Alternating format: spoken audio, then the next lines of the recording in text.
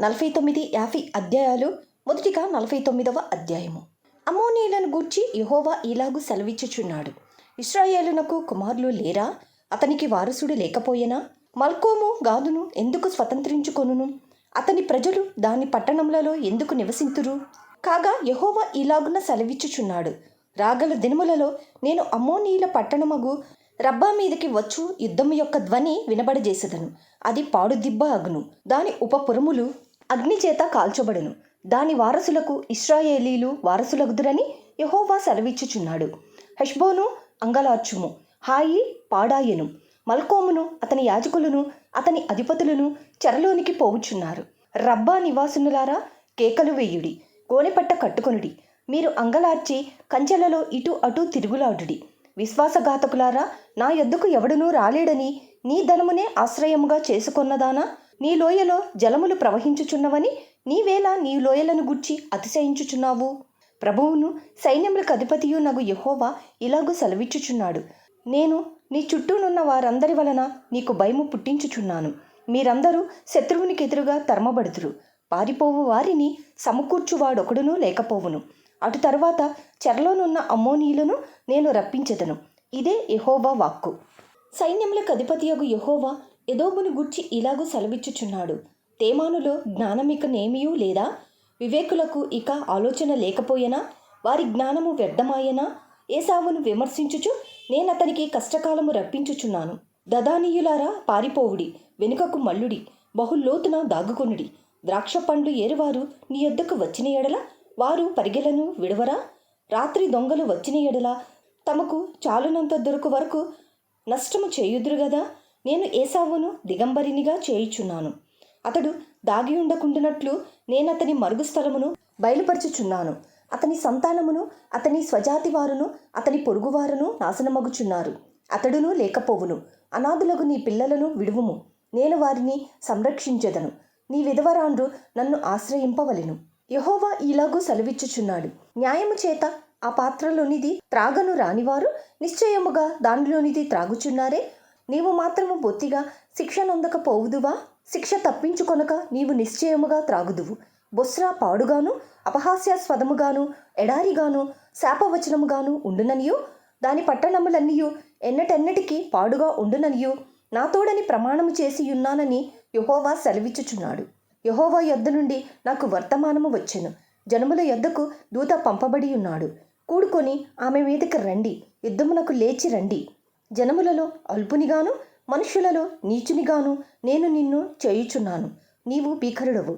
కొండ సందులలో నివసించువాడా, పర్వత శిఖరమును స్వాధీనపరుచుకునివాడా, నీ హృదయ గర్వము నిన్ను మోసపుచ్చెను. నీవు పక్షిరాజు వలె నీ గూటిని ఉన్నత స్థలములో కట్టుకొనినను అక్కడి నుండి నిన్ను క్రింద పడద్రోసెదను. ఇదే యెహోవా వాక్కు. ఎదోము పాడైపోవును. దాని మార్గమున నడుచువారు ఆశ్చర్యపడి దాని ఇడుములన్నీయు చూచి వేళాకోళము చేయుదురు. సొదొమాయు గొమొర్రాయు వాటి సమీప పట్టణములను పడగొట్టబడిన తరువాత వాటిలో ఎవడునూ కాపురం ఉండకపోయినట్లు ఏ మనుష్యుడును అక్కడ కాపురం ఉండడు. ఏ నరుడును దానిలో బస చేయుడు. చిరకాలము నిలుచు నివాసమును పట్టుకొనవలెనని శత్రువులు యోర్దాను ప్రవాహములో నుండి సింహము వలె వచ్చుచున్నారు. నిమిషములోనే నేను వారిని దాని యొద్ద నుండి తోలివేయుదును. నేనెవని నేర్పరతునో వానిని దాని మీద నియమించుదును. నన్ను పోలియున్న వాడే, నాకు ఆక్షేపణ కలుగుజేయువాడేడి? నన్ను ఎదిరింపగల కాపరి ఏడి? ఎదోమును గూర్చి యెహోవా చేసిన ఆలోచన వినుడి. తేమాను నివాసులను గూర్చి ఆయన ఉద్దేశించిన దాన్ని వినుడి. నిశ్చయముగా మందలో అల్పులైన వారిని శత్రువులు లాగుదురు. నిశ్చయముగా వారి నివాస స్థలము వారిని బట్టి ఆశ్చర్యపడును. వారు పడిపోగా అఖండమైన ధ్వని పుట్టెను. భూమి దానికి దద్దరిల్లుచున్నది. అంగలార్పు ఘోషయు ఎర్ర సముద్రము దనుక వినబడెను. శత్రువు పక్షిరాజు వలె లేచి ఎగిరి బొస్రా మీద పడవలెనని తన రెక్కలు విప్పుకొనుచున్నాడు. ఆ దినమున ఎదోము బలాఢ్యుల హృదయములు ప్రసవించు స్త్రీ హృదయము వలె ఉండును. దమస్కును గూర్చిన వాక్కు. హమాతును ఆర్పాదును దుర్వార్త విని సిగ్గుపడుచున్నవి. అవి పరవశములాయెను. సముద్రము మీద విచారము కలదు, దానికి నెమ్మది లేదు. దమస్కు బలహీనమాయెను. పారిపోవలెనని అది వెనుక తీయుచున్నది. వణుకు దానిని పట్టెను. ప్రసవించు స్త్రీని పట్టునట్లు ప్రసవ వేదనలు దానిని పట్టెను. ప్రసిద్ధిగల పట్టణము బొత్తిగా విడువబడెను. నాకు ఆనందంనిచ్చు పట్టణము బొత్తిగా విడువబడెను. ఆమె యవ్వనులు ఆమె వీధులలో కూలుదురు. ఆ దినమున యోధులందరూ మౌనులయ్యుందురు. ఇదే సైన్యములకు అధిపతియగు యెహోవా వాక్కు. నేను దమస్కు ప్రాకారములో అగ్ని రాజబెట్టుదును, అది బెన్హదదు నగరులను కాల్చివేయును. బబులోను రాజైన నెబుకద్నెజరు కొట్టిన కేదారును గూర్చియు హసోను రాజ్యములను గూర్చియు యెహోవా సెలవిచ్చిన మాట. లేచి కేదారునకు వెళ్ళుడి, తూర్పు దేశస్థులను దోచుకొనుడి. వారి గుడారములను గొర్రెల మందలను శత్రువులు కొనిపోవుదురు. తెరలను ఉపకరణములను ఒంటెలను వారు పట్టుకొందురు. నఖముఖాల భయమని వారు దాని మీద చాటింతురు. హసోరు నివాసులారా, బబులోను రాజైన నెబుకద్నెజరు మీ మీదికి రావలెనని ఆలోచన చేయుచున్నాడు. మీ మీద పడవలెనను ఉద్దేశముతో ఉన్నాడు. యెహోవా వాక్కు ఇదే. పారిపోవుడి, బహు లోతున వెళ్ళుడి, అగాధ స్థలములలో దాగుడి. మీరు లేచి ఒంటరిగా నివసించుచు గుమ్మములు పెట్టకయు గడియలు అమర్చకయు నిశ్చింతగాను క్షేమముగాను నివసించు జనము మీద పడుడి. వారి ఒంటెలు దోపుడు సొమ్ముగా ఉండును, వారి పశువుల మందలు కొల్ల సొమ్ముగా ఉండును. గడ్డపు ప్రక్కలను కత్తిరించుకొని వారిని నఖముఖాల చెదరగొట్టుచున్నాను. నలుదిక్కుల నుండి ఉపద్రవమును వారి మీదికి రప్పించుచున్నాను. ఇదే యెహోవా వాక్కు. హసోరు చిరకాలము పాడే నక్కలకు నివాస స్థలముగా ఉండును. అక్కడ ఏ మనుష్యుడును కాపురముండడు, ఏ నరుడును దానిలో బస చెయ్యడు. యూదారాజైన సిద్కియా ఏలుబడి ఆరంభంలో యెహోవా వాక్కు ప్రవక్త అయిన ఇర్మియాకు ప్రత్యక్షమై ఏలామును గూర్చి ఇలాగు సెలవిచ్చెను. సైన్యములకు అధిపతియగు యెహోవా సెలవిచ్చినదేమనగా, నేను ఏలాము యొక్క బలమునకు ముఖ్యాధారమైన వింటిని విరుచుచున్నాను. నలుదిశల నుండి 4 వాయువులను ఏలాము మీదికి రప్పించి నలుదిక్కుల నుండి వచ్చు వాయువుల వెంట వారిని చెదరగొట్టుదును. వెలివేయబడిన ఏలాము వారు ప్రవేశింపని దేశమేదియూ ఉండదు. మరియు వారి శత్రువుల ఎదుటను వారి ప్రాణము తీయజూచు వారి ఎదుటను ఏలామును భయపడజేయుదును.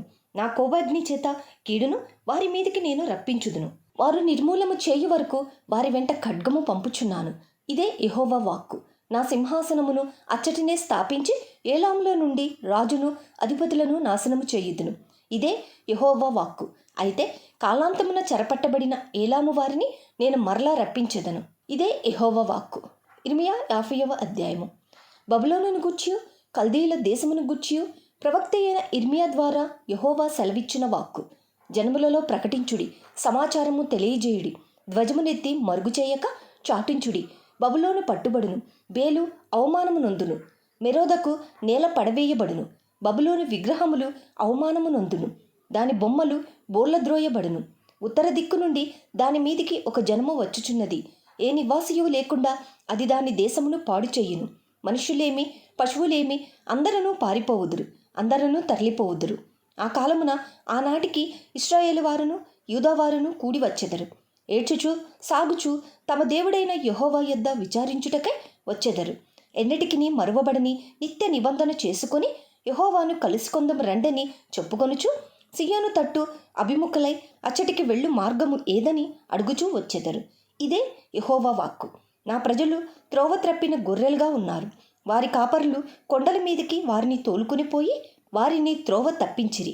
జనులు కొండ కొండకు వెళ్ళుచు తాము దిగవలసిన చోటు మరచిరి. కనుగొనిన వారందరూ వారిని భక్షించుచూ వచ్చిరి. వారి శత్రువులు మేము అపరాధులము కాము, వీరు న్యాయమునకు నివాసమును తమ పితరులకు నిరీక్షణాధారమునగు యెహోవా మీద తిరుగుబాటు చేసినందున ఇది వారికి సంభవించునని చెప్పుదురు. బబులోనులో నుండి పారిపోవుడి, కల్దీయుల దేశములో నుండి బయలువెళ్ళుడి. మందలకు ముందు మేకపోతులు నడుచున్నట్లు ముందర నడువుడి. ఉత్తర దేశము నుండి మహాజనముల సమూహమును నేను రేపుచున్నాను. బబులోనునకు విరోధముగా దానిని రప్పించుచున్నాను. ఆ జనులు దాని మీదికి యుద్ధపంక్తులు తీర్చుచున్నారు. వారి మధ్య నుండియే ఆమె పట్టబడును. ప్రజ్ఞగల బలాఢ్యులు దోపుడు సొమ్ము పట్టుకొనక మరలని రీతిగా వారి బాణములు అమోఘములై తిరిగి రాకుండును. కల్దీయుల దేశము దోపుడు సొమ్మగును, దాని దోచుకుని వారందరూ సంతృష్టి నొందెదరు. ఇదే యెహోవా వాక్కు. నా స్వాస్థ్యమును దోచుకుని వారలారా, సంతోషించుచు ఉత్సహించుచు నురిపిడి చేయుచు పెయ్యవలే గంతులు వేయుచు బలమైన గుర్రముల వలె మీరు సకిలించుచున్నారే. మీ తల్లి బహుగా సిగ్గుపడును, మిమ్మును కన్నది తెల్లబోవును. ఇదిగో అది జనములన్నిటిలో అతి నీచ జనమగును. అది ఎడారియు ఎండిన భూమియు అడవియు నగును. యెహోవా రౌద్రమును బట్టి అది నిర్జనమగును, అది కేవలము పాడైపోవును. బబులోను మార్గమున పోవు వారందరూ ఆశ్చర్యపడి దాని తెగుళ్లన్నీయూ చూచి, ఆహా, నీకీ గతి పట్టినదా అందురు. ఆమె యెహోవాకు విరోధముగా పాపము చేసినది. విల్లు త్రొక్కువారలారా, మీరందరూ బబులోనునకు విరోధముగా దాని చుట్టూ యుద్ధ పంక్తులు తీర్చుడి. ఎడతెగగా దాని మీద బాణములు వేయుడి. చుట్టూ కూడి దానిని బట్టి కేకలు వేయుడి. అది లోబడ నొప్పుకొనుచున్నది. దాని బురుజులు పడిపోవుచున్నవి. దాని ప్రాకారములు విరగగొట్టబడుచున్నవి.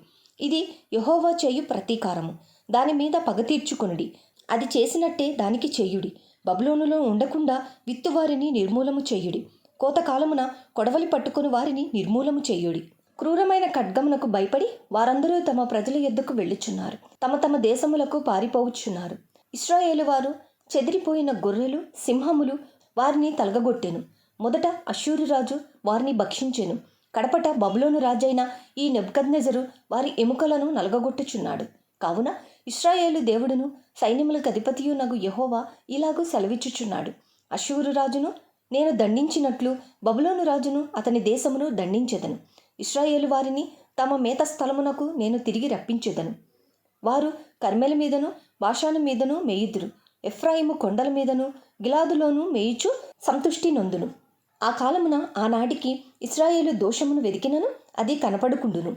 యూదా పాపములు వెదికినను అవి దొరకవు. శేషింపజేసిన వారిని నేను క్షమించెదను. ఇదే యెహోవా వాక్కు. దండెత్తి మెరాత ఈయుల దేశము మీదికి పొమ్ము, పెకోదీయుల దేశము మీదికి పొమ్ము. వారిని హతము చేయుము. వారు శాపగ్రస్తులని ప్రకటించుము. నేను మీకిచ్చిన ఆజ్ఞ అంతటిని బట్టి చేయుము. ఆలకించుడి. దేశములో యుద్ధధ్వని వినబడుచున్నది. అధిక నాశనధ్వని వినబడుచున్నది. సర్వభూమిని కొట్టుచున్న సమ్మెట తెగి బొత్తిగా విరగగొట్టబడిను.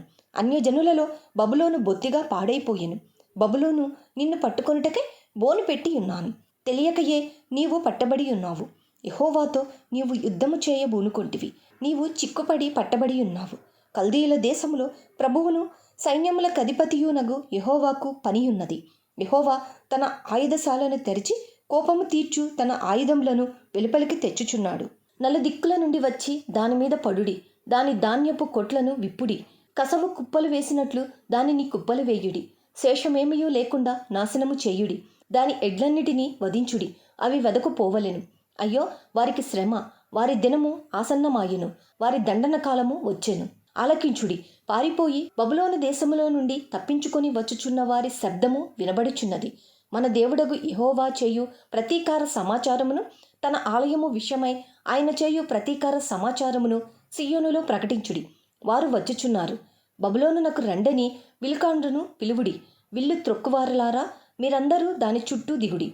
అది యెహోవా మీద గర్వపడినది. ఇశ్రాయేలు పరిశుద్ధుని మీద గర్వపడినది. దానిలో ఒకడును తప్పించుకొనకూడదు. దాని క్రియలను బట్టి దానికి ప్రతీకారము చేయుడి. అది చేసిన పని అంతటిని బట్టి దానికి ప్రతీకారము చేయుడి. కావున ఆ దినమున దాని యవ్వనస్తులు దాని వీధులలో కూలుదురు. దాని యోధులందరూ తుడిచివేయబడుదురు. ఇదే యెహోవా వాక్కు. ప్రభువును సైన్యములకు అధిపతియునగు యెహోవా వాక్కు ఇదే. గర్విష్ఠుడా, నేను నీకు విరోధినై ఉన్నాను. నీ దినము వచ్చుచున్నది. నేను నిన్ను శిక్షించు కాలము వచ్చుచున్నది. గర్విష్ఠుడు తొట్టిల్లి కూలును. అతని లేవనెత్తువాడెవడనూ లేకపోవును. నేనతని పురములలో అగ్ని రాజబెట్టెదను. అది అతని చుట్టుపట్టులన్నిటినీ కాల్చివేయును. సైన్యములకు అధిపతియగు యెహోవా ఇలాగు సెలవిచ్చుచున్నాడు. ఒకడును తప్పకుండా ఇశ్రాయేలు వారును యూదా వారును బాధింపబడిరి. వారిని చెరపెట్టిన వారందరూ వారిని గట్టిగా పట్టుకొనుచున్నారు. వారిని పోనిచ్చుటకు సమ్మతింపరు. వారి విమోచకుడు బలవంతుడు. సైన్యములకు అధిపతియగు యెహోవా అని ఆయనకు పేరు. భూమికి విశ్రాంతి కలుగుజేయుటకును బబులోను నివాసులను కలవరపరచుటకును ఆయన బాగుగా వాదించి వారి వ్యాజ్యమును కడముట్టించును. యెహోవా మాట ఇదే. కల్దీయులను బబులోను నివాసులను దాని అధిపతులను జ్ఞానులను కత్తిపాలగుదురు. ప్రగల్భములు పలుకువారు ఖడ్గవసులే పిచ్చివాండ్రగుదురు. బలాఢ్యులు నిర్మూలమగు వరకు ఖడ్గము వారి మీద పడును. ఖడ్గము వారి గుర్రముల మీద పడును. వారి రథముల మీద పడును. ఖడ్గము వారి మీదికి దిగుట చేత దానిలోనున్న పరదేశులు స్త్రీల వంటి వారగుదురు. అది దాని నిధుల మీద పడగా అవి దోచుకొనబడును. నీళ్లకు ఎద్దడి తగులును. అవి ఇంకిపోవును. అది చెక్కబడిన విగ్రహములు గల దేశము.